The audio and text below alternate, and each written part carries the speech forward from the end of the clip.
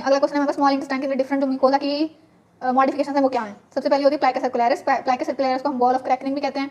ये हमारे पास circular folds है म्यूकोसा के। इसके अंदर हमारे पास क्या होता है कि म्यूकोसा जो है विद द फोल्ड ऑफ सब म्यूकोसा हमारे पास फोल्ड हो जाएगा और हमारे पास जो है surface area about 3 times increase करे। ये प्रेजेंट होते हैं जेजनम में मेनली और एब्सेंट होते हैं प्रॉक्सिमल पार्ट ऑफ डिग्रिनम। इसके बाद हमारे पास विलाय की अगर हम बात करें तो ये फिंगर लाइक या लीफ लाइक प्रोजेक्शंस होते हैं इंटेस्टाइनल म्यूकोसा के जो कि 10 फोल्ड इंक्रीज कराते हैं इसके सरफेस एरिया को। उसके बाद होते हैं माइक्रोविलाई की बात करें तो ये हमारे पास इंटेरोसाइट यानी कि एब्जॉर्प्टिव सेल्स जो हैं उनको लाइन करते हैं इंटेस्टाइनल विलाय के ऊपर। हमारे पास माइक्रोविलाई होते हैं।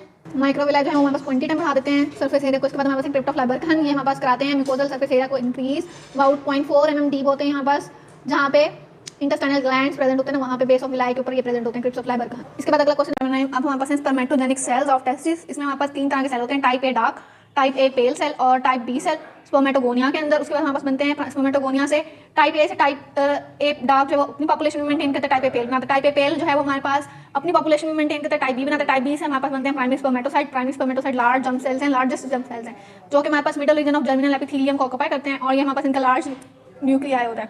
फिर हमारे पास इनकी फर्स्ट डिवीजन से हमारे पास बनते हैं सेकेंडरी स्पर्मेटोसाइट।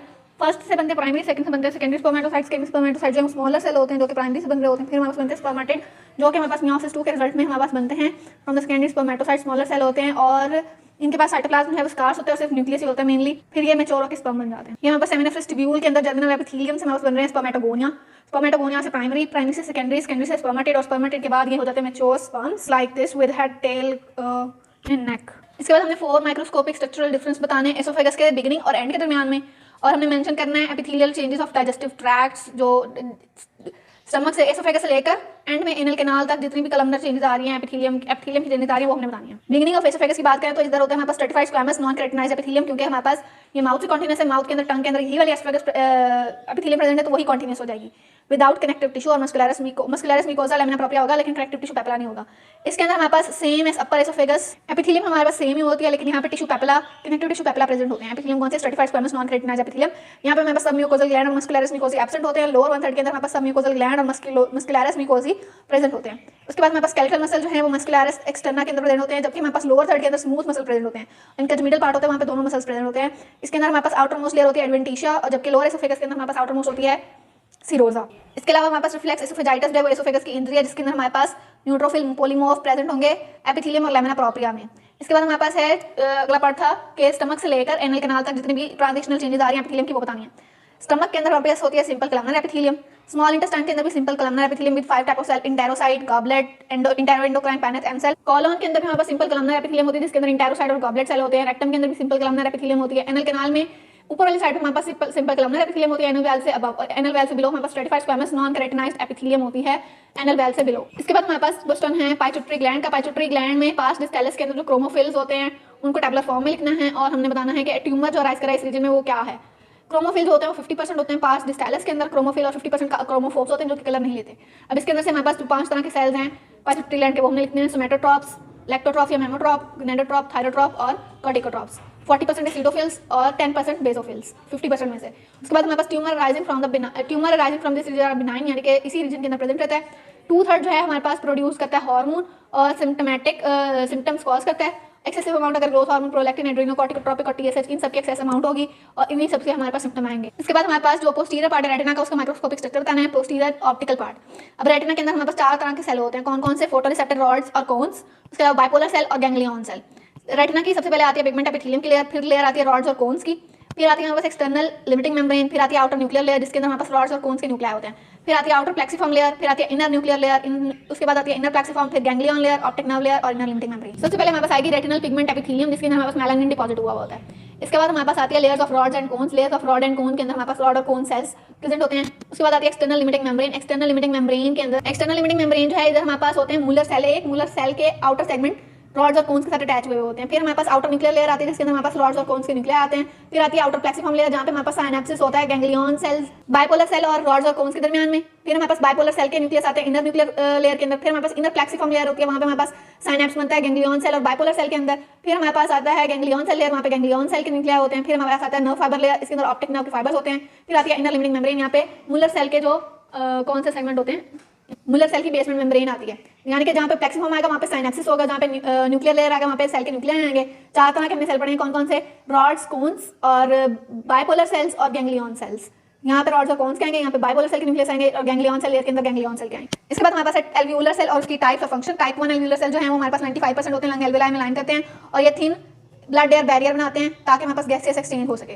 और टाइप 2 एल्वियोलर सेल हैं टाइप 1 के साथ प्रेजेंट होते हैं, 5% होते हैं। इसके एपेक्स जो है वो टाइप 1 के अब होते हैं। इधर ये जो है फॉस्फोलिपिड सर्फेक्टेंट रिलीज कराते हैं और हमारे पास ये सर्फेक्टेंट रिड्यूस करता है एल्वियोलाई की टेंशन को, जिससे एक्सपेंशन होती है और कोलैप्स बच जाता है। इसके बाद अगला question, what are different components of blood air barrier. Blood air barrier के अंदर हमारे पास पल्मोनरी सर्फेक्टेंट की थिन लेयर होती है सर्फेक्टेंट की। उसके बाद हमारे पास जो कि टाइप 2 सेल से होता है। उसके अलावा टाइप 1 सेल होते हैं एल्वियोलर और साथ में ब्लड लैमिना और साथ में एंडोथेलियम होती है कैपिलरी की।